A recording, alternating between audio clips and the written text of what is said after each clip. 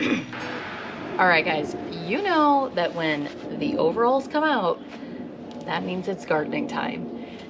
And I am so excited because today I am starting my first seeds of 2023 and I'm taking you along with me.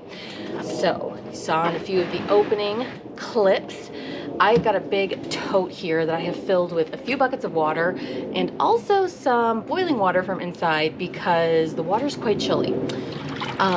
Just to warm it up so that I can work with it. The first thing I need to do is actually clean my seed starting cups and trays and things like that because I did not do it last fall while I was doing garden cleanup.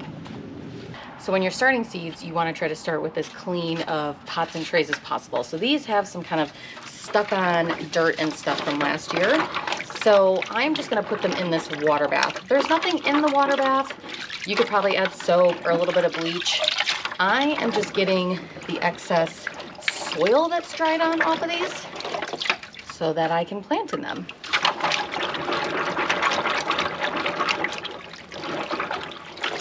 If you are new here, welcome. I am so excited to garden with you this year. And if you're not new here, welcome back too. It's been a while. So just to give you a little idea of what time of year it is currently Sunday. It is February 26th. And I am about, I think I just checked, 8.5 weeks out from my last frost date. So I am starting a couple of my flowers and veggies today that need about 8 to 10 weeks. They need a pretty good head start before they're going to go in the ground. They are frost hardy, but they'll be going in right about the time of our last frost, so it gives me a little bit of wiggle room. If I do get a frost, nothing bad's going to happen. All right, let me finish washing up these trays, and then we'll be back to talk about what seeds we're starting today, or what seeds I'm starting today, and maybe you are too.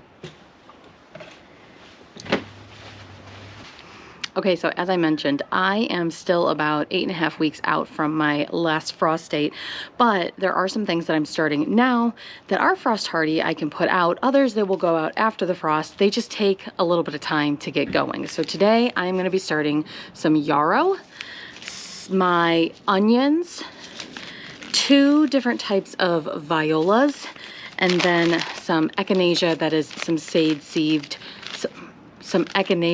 some seeds that were saved, there we go, from a garden that I volunteer at that I got to take last year. So that is what I am starting today.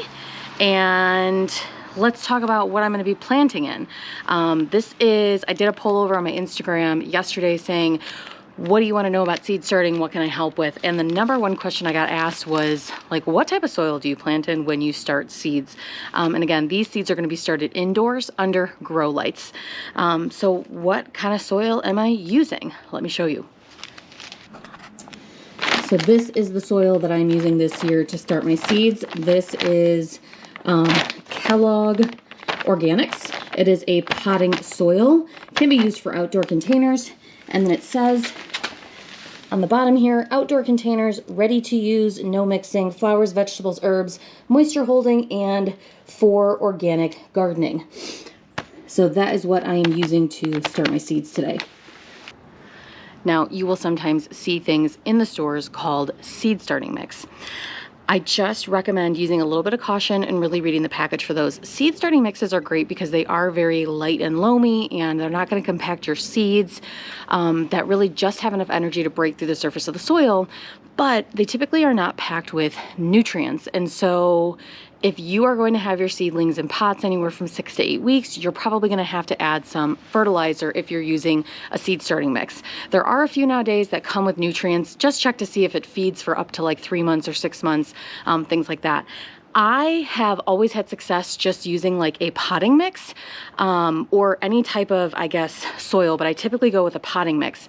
I do use an organic one because this is starting things that I'm going to consume, and so using an organic potting mix is just what's important to me. They make tons of them on the market.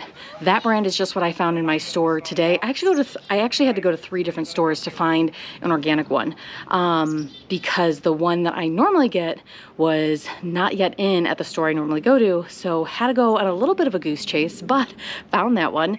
And that's just what I use. I use a potting soil and it's organic. Those are kind of the two criteria for me. But as you're looking around, again, you'll see seed starting mix, you'll see potting soil, you'll see raised bed soil. Any of those things can work. You just want to look at, are there nutrients in them, or are you going to have to be more aware of maybe adding some fertilizer if your seeds are going to be in their pots a little bit longer before you transplant them outside. So when I am filling my cups, I put my soil in just a bigger container here, and I do add a little bit of water just so it is moistened soil that I'm working with, and then I will go ahead and add this to my pots, filling pretty much to the top. I do kind of pack it down a little as I'm filling just to make sure that there's no like air pockets that are going to collapse when I start watering them.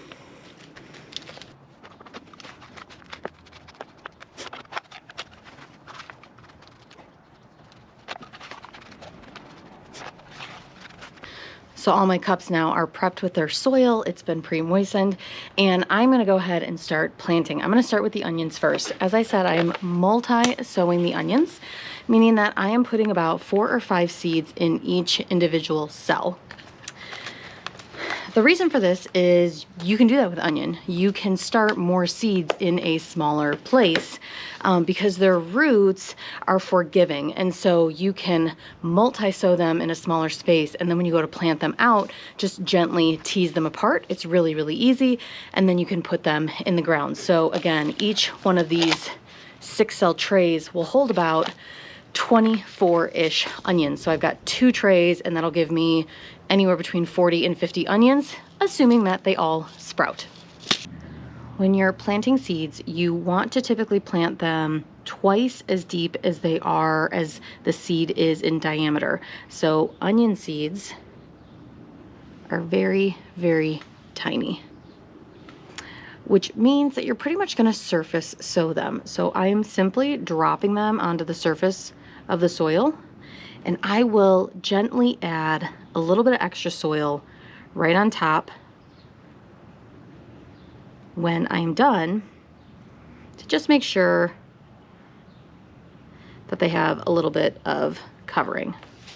I think I planted everything except one little cell, so that's fine. I'm actually not even going to add any soil. I'm just going to take my fingers and like just kind of tap them right in to the surface of the soil. So I think I will do my yarrow next. This is a new seed to me as well. Never grown yarrow before. I have heard that you can leave a couple seeds in each cup. Kind of grows like a mound, like it can handle being a little crowded. The seeds are very, very tiny. They're even smaller than onion seeds. I don't even know if the camera will pick that up. It almost looks like sawdust. So I'm just going to sprinkle a few of these seeds right on the surface of these cups of soil. And again, just use my finger to kind of pat them onto the soil. When you're planting seeds, you want to make sure that your seed has good contact with the soil.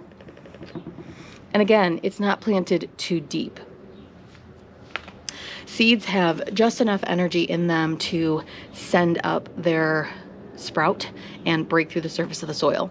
So if you plant them too deep, they're going to use all their energy trying to get to the surface, but if they don't make it, they're going to die before you see them because they can't get to the surface, and then they're not getting the light that they need to continue to grow.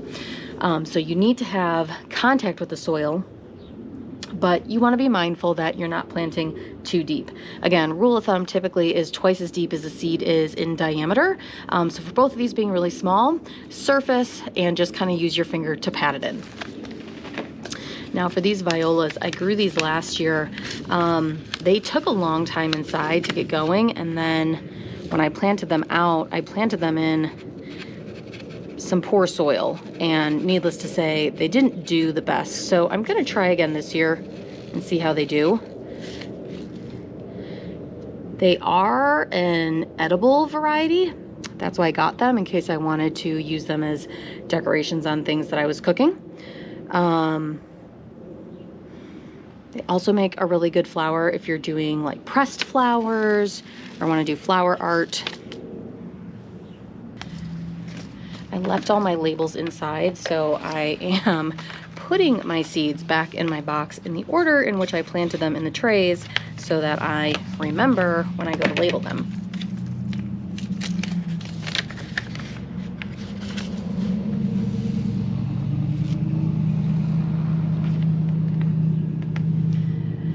The other question I got a ton of when I just kind of asked on Instagram, like, what seed starting questions do you have? A lot of people said that they struggle with mold on their seedlings. And I have to be honest, I haven't really experienced that. I experienced it one time, and it was with a plant that was not sprouting, and so the soil just continued. The soil was like really, really wet in the like cup that I started it in, and so I, again, like, probably am not the best person to give advice on that. I don't typically have that problem with mold, but typically it's from, right, excess moisture. So if you are planting and you notice that your soil is not drying out, you don't want your soil to dry out. Obviously the seed needs water, but you don't want it sopping wet. Like, if the water is not sinking through the soil, then you've got too much water, and I would hold off watering an extra day or two. That's why I really like these trays, because you can bottom water. So I just fill this bottom tray with water, and then the soil picks it up as it needs it. So it really prevents me from over watering. At least that's what I assume, because I haven't had that problem. Echinacea seeds are bigger. They are kind of like marigold seeds, I would say. So I'm going to plant 2 per cup, and then as they sprout, I will thin them out if I need to. Actually, before I do this, I'm gonna put my holes in my cup. Let me put these back in the bag.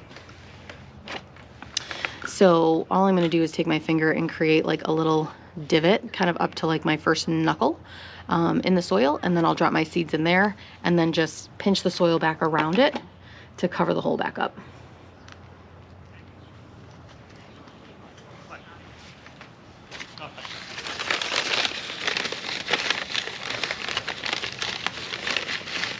I'm excited to see if these grow, because the echinacea that grows at the garden that I volunteer at is amazing. And it comes back with such vigor year after year. So I'm hoping that these seeds will be a little bit, I guess, acclimated to my environment and will give me a lovely plant.